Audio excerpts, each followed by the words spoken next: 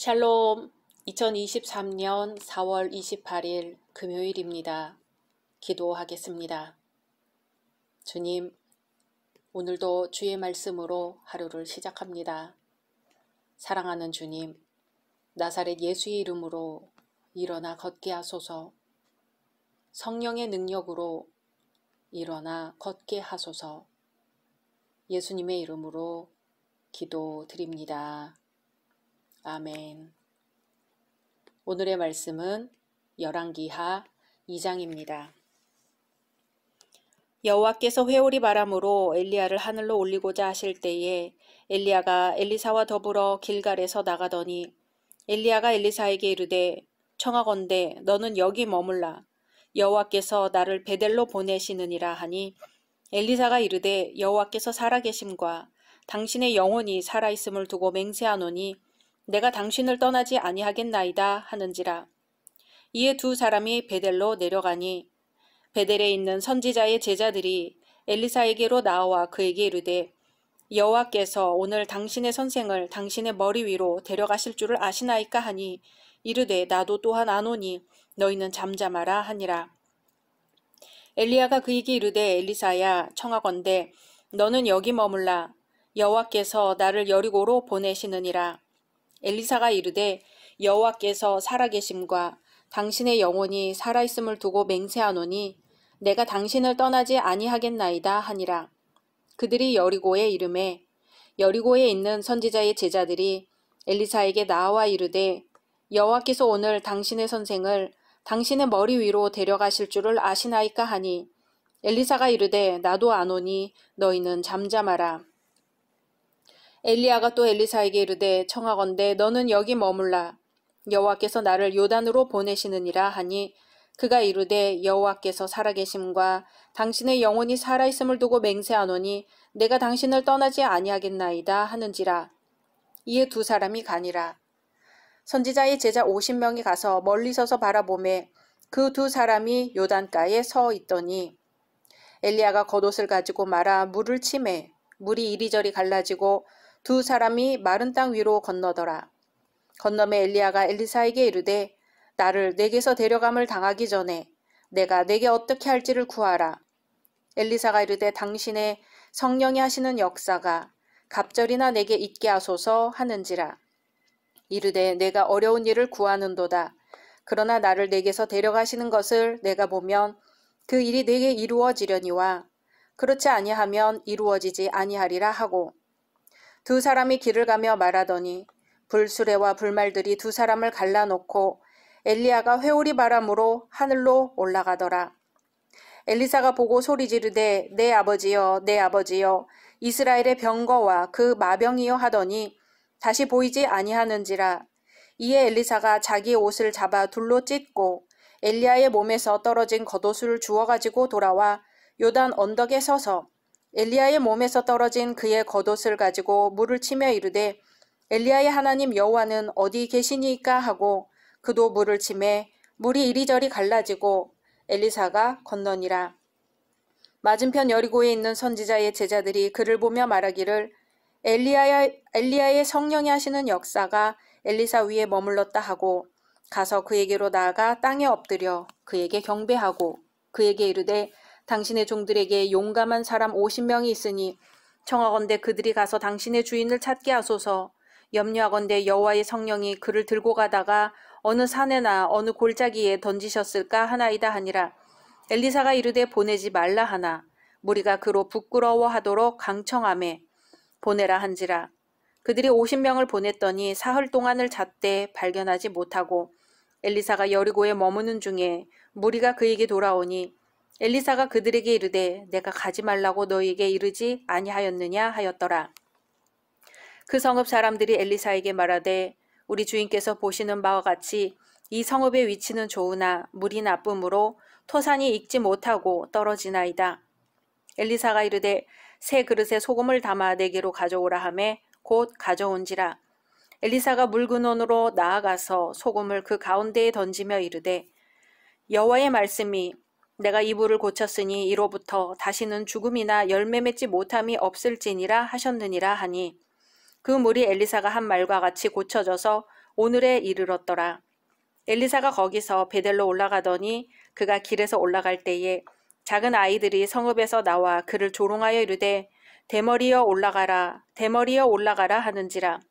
엘리사가 뒤로 돌이켜 그들을 보고 여호와의 이름으로 저주하매 곧 수풀에서 암곰 둘이 나와서 아이들 중에 42명을 찢었더라. 엘리사가 거기서부터 갈멜산으로 가고 거기서 사마리아로 돌아왔더라. 아멘. 1장에서는 엘리야 선지자의 마지막 사역을 보았습니다. 엘리야의 사역은 우상 숭배에 대한 하나님의 심판으로 대변될 수 있습니다.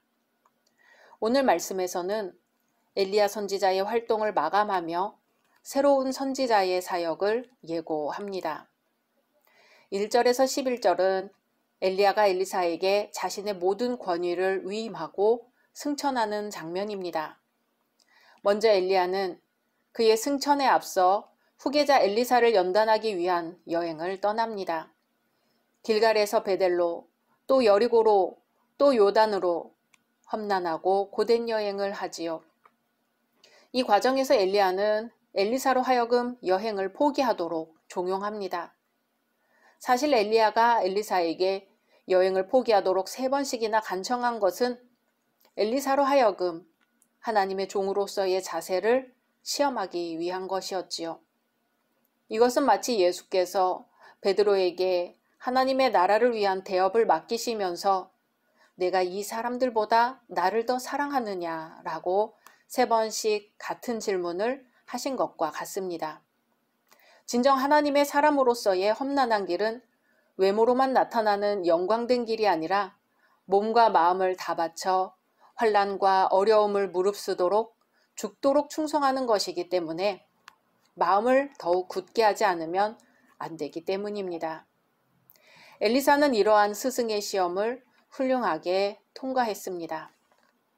이러한 사실에서 우리는 첫째, 후계자를 세우는 일이 쉬운 것이 아니라는 점을 알 수 있습니다.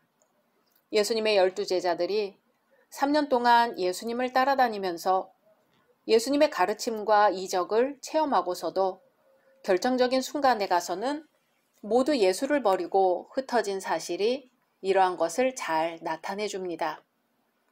그렇기 때문에 우리는 믿음의 제자를 육성하는 일에 혼신의 힘을 다해야 하는 것입니다. 둘째, 룻이 시모 나오미를 따른 것 같이 엘리사가 엘리야를 따른다는 사실은 우리 또한 자신의 모든 것을 포기하고 오직 주님만을 따라야 함을 보여줍니다. 즉 끝까지 따른 엘리사의 결심은 자신의 십자가를 지고 오직 예수를 따라 나선 성도들에게 좋은 귀감이 되는 것이지요.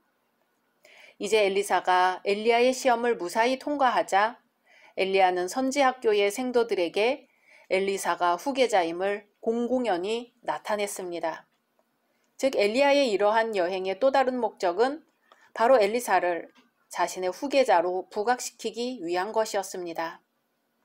그리고 선지자의 생도 50인이 보는 앞에서 요단강을 가르는 마지막 이적을 행하면서 엘리사에게 후계자 계승식을 행한 것은 참으로 스승으로서 지혜로운 행동이었습니다. 실로 자신이 승천한 뒤 후계자 계승으로 야기될 모든 문제를 많은 생도들이 보는 앞에서 자연스럽게 해결하면서 엘리사의 권위를 한층 더 높여준 것입니다.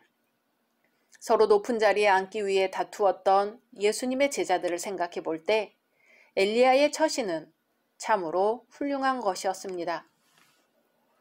이러한 사실을 보건대 진정 하나님을 위해 일하는 모든 사람들은 적법한 절차와 순서에 따라 일을 해야 한다는 사실을 알 수 있습니다. 아무리 선하고 훌륭한 목적이 있더라도 그 과정과 절차가 선하고 순리대로 행해져야 그 좋은 목적이 더욱 빛이 나는 것이지요.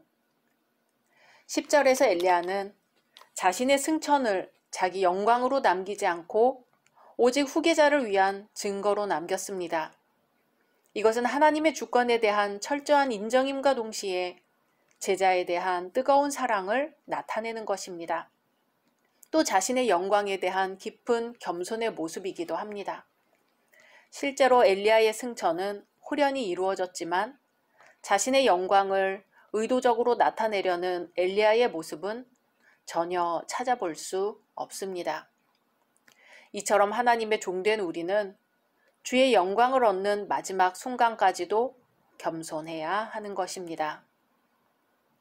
엘리야의 승천은 예수 그리스도의 승천의 모형임을 또한 알 수 있습니다. 엘리야의 승천 후에 엘리사에게 갑절의 영이 임한 것은 그리스도의 승천 후에 성령이 제자들에게 임하신 일에 대한 예표인 것이지요. 12절에서 18절은 엘리야의 능력을 계승한 엘리사가 선지자적 권위를 인정받는 부분입니다. 즉 선지자직을 승계한 엘리사는 엘리야의 겉옷으로 요단강을 갈라 그의 능력이 갑절로 되었음을 나타냄과 동시에 선지학교 생도들로부터 자신의 권위를 인정받고 당시 어느 선지자보다 뛰어난 영적 통찰력을 갖고 있었음을 나타냅니다. 그 증거들은 다음과 같지요. 첫째, 엘리사는 자기 스승 엘리야와 똑같이 엘리야의 겉옷을 취하여 요단강을 가르는 이적을 행했습니다. 또 엘리사가 내 아버지여 내 아버지여 하고 소리 지르는 것, 자기 옷을 찢고 엘리야의 몸에서 떨어진 그 겉옷을 가지는 것, 엘리야의 영감을 갑절로 받았다는 증거로서 이적을 행한 것 등이 그것입니다. 둘째, 선지자의 생도들이 엘리사를 엘리야의 후계자로 영접하였습니다. 왜냐하면 선지자의 생도들은 처음부터 끝까지 모든 것을 목격한 증인들이었기 때문에 엘리사가 행하는 이적을 보고 그를 엘리야처럼 선지자로 영접한 것입니다. 셋째, 용사 50인이 엘리야의 종적을 찾지 못한 것은 결국 엘리사의 위치를 확고히 해주는 계기가 되었습니다. 사실 선지자의 생도들은 그때까지도 엘리야에 대한 미련을 버리지 못하고 그의 시신이라도 찾기를 원했습니다. 그러나 그들이 사흘 밤낮 산속을 헤매며 그의 시신을 찾았으나 결국 찾지 못하게 됨으로써 이제 모든 기대가 엘리사에게로 향하게 된 것이지요. 19절에서 25절은 엘리사의 축복과 저주를 보여줍니다. 엘리사가 여리고의 물을 고친 사건은 앞으로 전체 사역에 있어 축복적인 면을 암시해주고 있습니다. 엘리사는 스승 엘리야와는 달리 성읍 사람들과 가까이 지내면서 그들의 일상적인 고난을 살펴주며 도와주는 인자한 사람이었습니다. 그렇기 때문에 엘리야를 광야의 세례 요한에 비길 수 있다면 엘리사는 예수 그리스도에 비길 만합니다. 왜냐하면 예수께서도 세례 요한과는 달리 백성들과 먹고 마시면서 그들의 친구가 되며 조언자가 되셨기 때문입니다. 그래서 엘리사의 이 첫 번째 이적을 여리고 성읍 사람들을 위한 사랑의 이적이라고 합니다. 그러나 엘리사가 자신을 조롱하는 젊은 아이들을 저주함으로써 암곰들에게 찢겨 죽게 한 사건은 앞의 이적과는 대조적인 심판의 성격을 띠고 있습니다. 진정 42명이라는 엄청난 수의 아이들이 암곰 2마리에게 찢김을 당한 이 사건은 실제로 백성들의 간담을 서늘하게 하였을 것입니다. 이 사건에서 하나님의 심판이 내린 이유는 명백하게 밝혀져 있지 않으나 거룩한 하나님의 사람을 모욕한 것이 그 이유일 것이라고 추측됩니다. 실로 악으로 악을 갚지 말고 선으로 악을 이기라고 한 신약의 진리에 비추어 생각할 때는 이해하기 어려운 사건이지요. 하지만 고대 근동 지방에서는 보복을 함으로써 자신의 권위를 세웠기 때문에 하나님의 이름을 위해 이렇게 한 것으로 생각해 볼 수 있습니다. 1장에서도 아하시아 왕의 병사들이 하나님의 사람을 조롱함으로 불의 심판을 면치 못하였던 것처럼 여기서도 동일한 하나님의 혹독한 심판이 임한 것입니다. 그러기에 엘리사의 이 두 번째 이적을 심판의 이적이라고 합니다. 우리는 하나님을 거룩하게 섬기는 것이 복의 근원이며 누구든지 그분의 거룩성을 해치면 심판을 면치 못할 것이라는 사실을 기억해야 합니다. 이제 선지자의 생도들로부터 인정을 받았던 엘리사는 이번 사건들을 통해 백성들로부터도 그의 뛰어난 영적 권위를 인정받게 됩니다. 그래서 25절에서는 엘리사의 사역이 시작되었음을 보여주고 엘리사는 갈멜산에 머무는 동안 스승 엘리야의 정신을 더욱 공고히 하였습니다. 우리는 소금으로 물의 근원을 고친 엘리사의 이적을 통해 소금이 하는 일을 배워야 합니다. 이 사회에서 소금과 같이 조미료, 불변, 소독 등의 역할을 해야 하는 것이지요. 또 성도들은 언제나 충성된 주의 종을 무시하거나 조롱해서는 안 된다는 것을 깨달아야 합니다. 실로 주의 기름 부음 받은 종을 박대하고 나서 안전한 자가 없었기 때문입니다. 더욱이 죄인을 변화시켜 의인이 되게 하는 것은 오직 그리스도의 역사, 예수의 소금 되신 뿐임을 기억해야 합니다. 빛과 소금 되신 예수, 우리는 오직 그 예수님만을 바라보고 따를 뿐입니다.